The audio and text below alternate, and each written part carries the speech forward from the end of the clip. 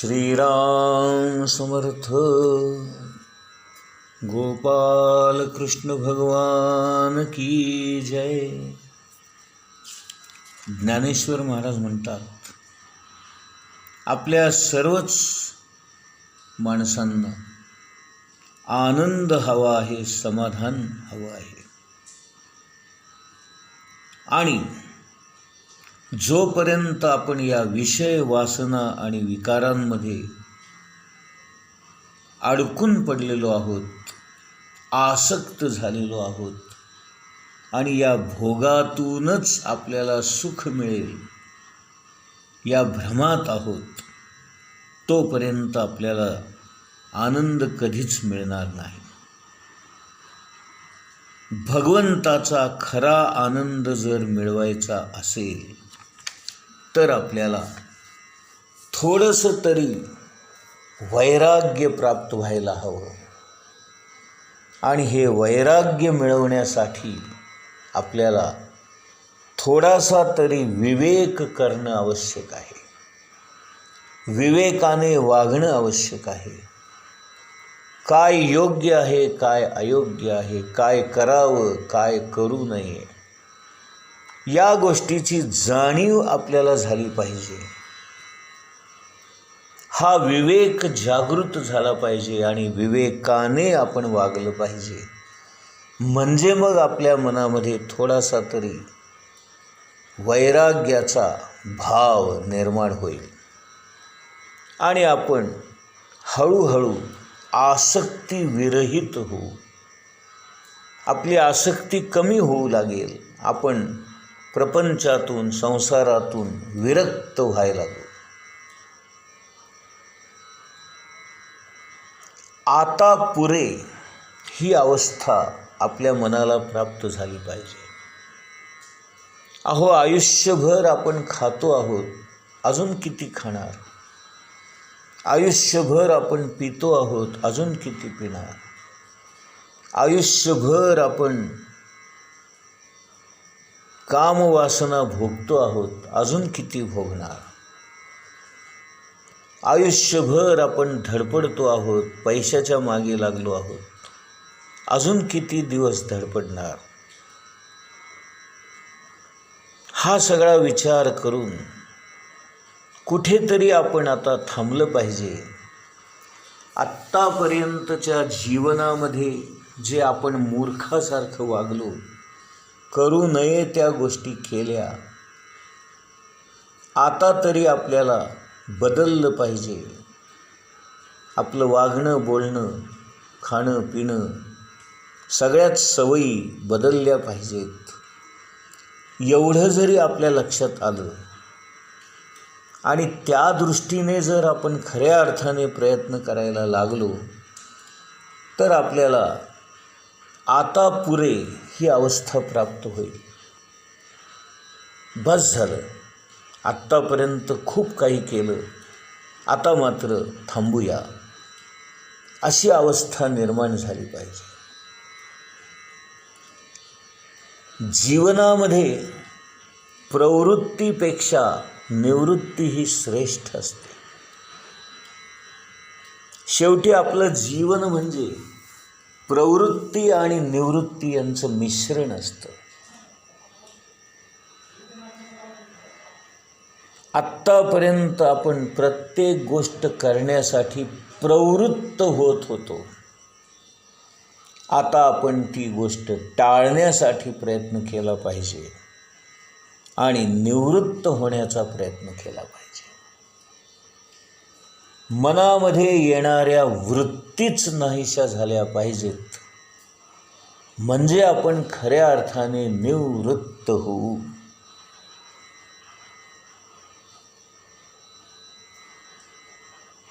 ज्ञानेश्वर महाराज म्हणतात, शेवटी निवृत्ती हीच सुखाची आहे.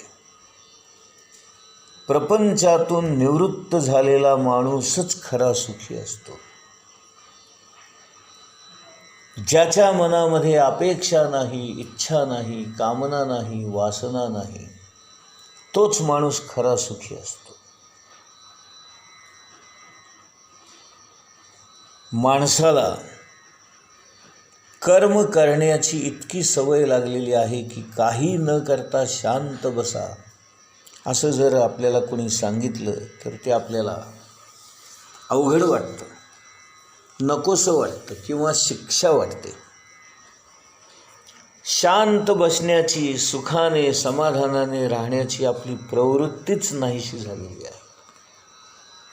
आत्तापर्यंतच्या आयुष्यामध्ये आपण निव्वळ धडपड केलेली आहे, काम केलेलं आहे, कर्तव्य केलेलं आहे, कर्म केलेलं आहे, जीवन जगण्यासाठी धावपळ केलेली आहे.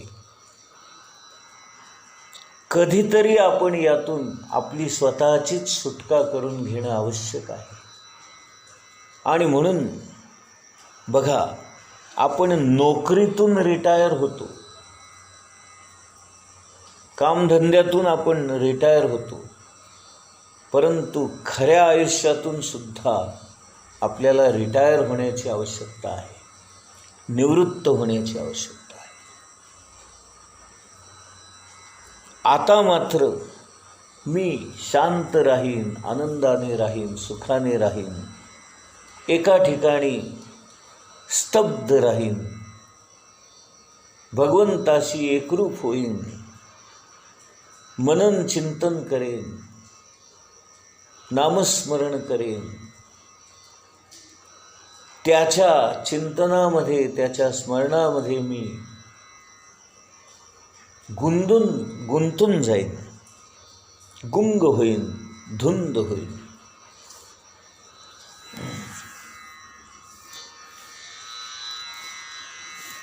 आणि म्हणून आपल्याला हे सगळं शिकायचं आहे आणि त्याच्यासाठीच आपल्याला ज्ञानेश्वरीचा आणि भगवद्गीतेचा अभ्यास करणं आवश्यक आहे.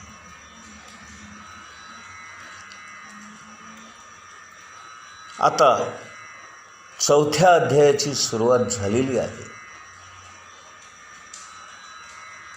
ज्ञानेश्वर महाराज भगवंताच्या अवतारांचं वर्णन करतात. भगवंताच्या अवताराचं खरं मर्म लक्षात येण्यासाठी, ध्यानात येण्यासाठी आपण ही थोडीशी प्रस्तावना किंवा पार्श्वभूमी पाहिली.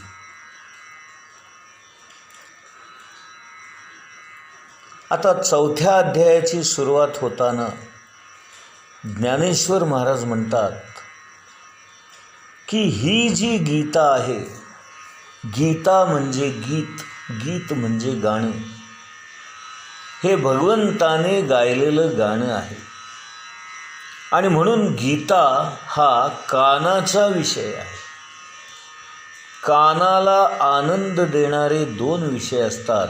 एक म्हणजे संगीत गायन आणि दुसरं म्हणजे गोड शब्द, गोड भाषा, स्तुती, कौतुक, तारीफ. या 2 गोष्टींमुळे आपल्याला कानाला सुख मिळतं, आनंद मिळतो, समाधान मिळतं. 4थ्या अध्यायाची सुरुवात ज्ञानेश्वर महाराजांनी पहिल्या ओळीमध्ये इतकी सुंदर केलेली आहे. ते म्हणतात, काय करावं आणि काय सांगावं, अहो माझ्या या श्रवणेंद्रियांची त्यांना मिळणाऱ्या आनंदाची जणू काही पहाट झालेली आहे. आज माझ्या कानांना उजाडलं आहे, कारण त्यांनी भगवंताने आपल्या मुखाने गायलेली ही गीता ऐकली. खरं म्हणजे आपण जेव्हा स्वप्न पाहतो तेव्हा स्वप्नामधल्या गोष्टी जागेपणी आपल्याला खोट्या वाटतात. परंतु इथे मात्र गंमत आहे. स्वप्न पाहिलेलं आहे आणि ते खरंही आहे, आणि ते स्वप्न आठवलं की आपल्याला समाधानही होतंय आणि तृप्ती पण होती. आणि ही गीता गाणारा जो गवई आहे तो काही सर्वसामान्य माणसांप्रमाणे नसून प्रत्यक्ष भगवंतच आहे आणि भगवंतच आपल्या मुखाने हे गीतारूपी गायन करतो आहे आणि या गायनामुळे माझ्या कानांना आज अतिसुख प्राप्त झालेलं आहे. आणि म्हणून 4थ्या अध्यायाच्या पहिल्या ओवीमध्ये ज्ञानेश्वर महाराज म्हणतात, आजी श्रवणेंद्रिया पाहिले, जे येणे गीता निधान देखिले, आता स्वप्नची हे तुकले साच्या सरिसे.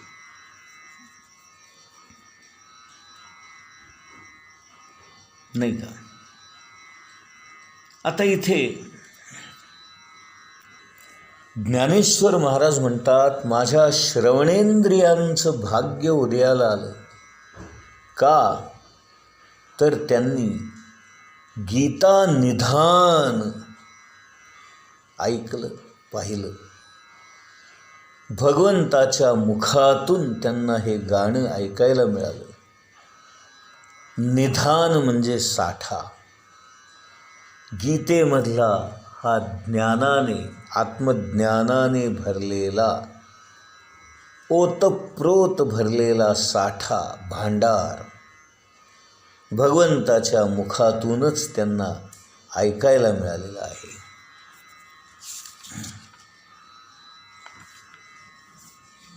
आणि पुढच्या ओळीमध्ये ते म्हणतात, स्वप्नही होतं आणि ते प्रत्यक्षात आलं, खरं झालं तर काय आनंद होईल. A dream comes true. माझं स्वप्न सत्यामध्ये उतरलं, खरं ठरलं.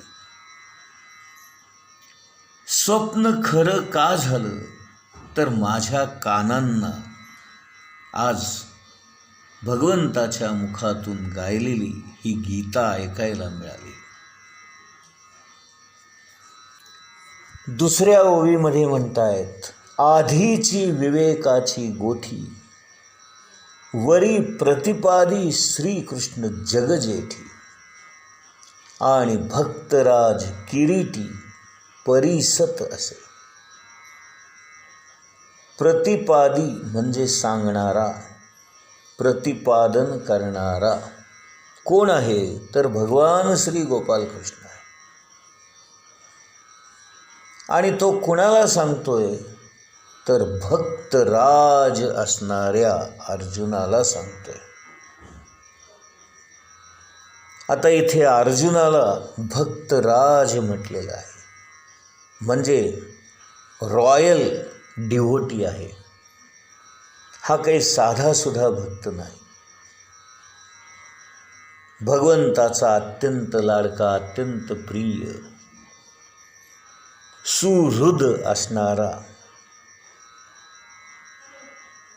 असा हा श्रोता भगवंताला प्राप्त झालेला आहे. इथे 2 गोष्टी लक्षात घ्या. जोपर्यंत उत्तम श्रोता मिळत नाही तोपर्यंत वक्त्याला एखादी गोष्ट सांगताना आनंद मिळत नाही, आणि जोपर्यंत उत्तम वक्ता मिळत नाही तोपर्यंत ऐकणाऱ्यालाही समाधान मिळत नाही. आणि इथे मात्र सांगणारा प्रत्यक्ष भगवंत आहे आणि ऐकणारा भक्तराज असणारा अर्जुन, भगवंताचा सखा, भगवंताचा मित्र, भगवंताचा सुहृद, भगवंताचा आवडता भक्त, भगवंतावर प्रेम करणारा असा हा अर्जुन. आणि विषय काय आहे तर विवेकाच्या गोष्टी भगवंत सांगतात. मगाशीच आपण पाहिलं की विवेकातून वैराग्य निर्माण झालं पाहिजे आणि वैराग्यातून निवृत्ती मिळाली पाहिजे. निवृत्तीमध्येच खरा आनंद आहे. तर या निवृत्त होण्याच्या मार्गाकडे जाण्याची सुरुवात वैराग्यातून होते आणि वैराग्याची सुरुवात विवेकातून होते. आणि म्हणून भगवान श्रीकृष्ण स्वतः आपल्या मुखाद्वारे गीतारूपी गायन करून हा विवेक नेमका कसा असतो त्याच्या गोष्टी तो आता सांगतो आहे.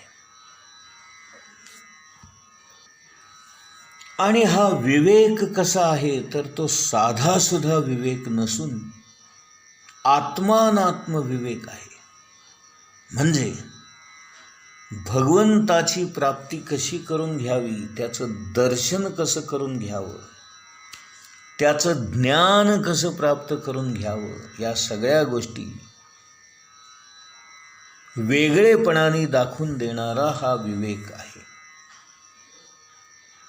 आत्मा म्हणजे काय आणि आत्मा सोडून इतर वस्तू ज्या असतात ज्याला अनात्मा म्हणतात, या सगळ्या अनात्म असणाऱ्या गोष्टीतून आत्मा कसा वेगळा काढायचा आणि त्या आत्म्याला कसं जाणायचं, हा विवेक भगवान श्रीकृष्ण समजावून सांगतात.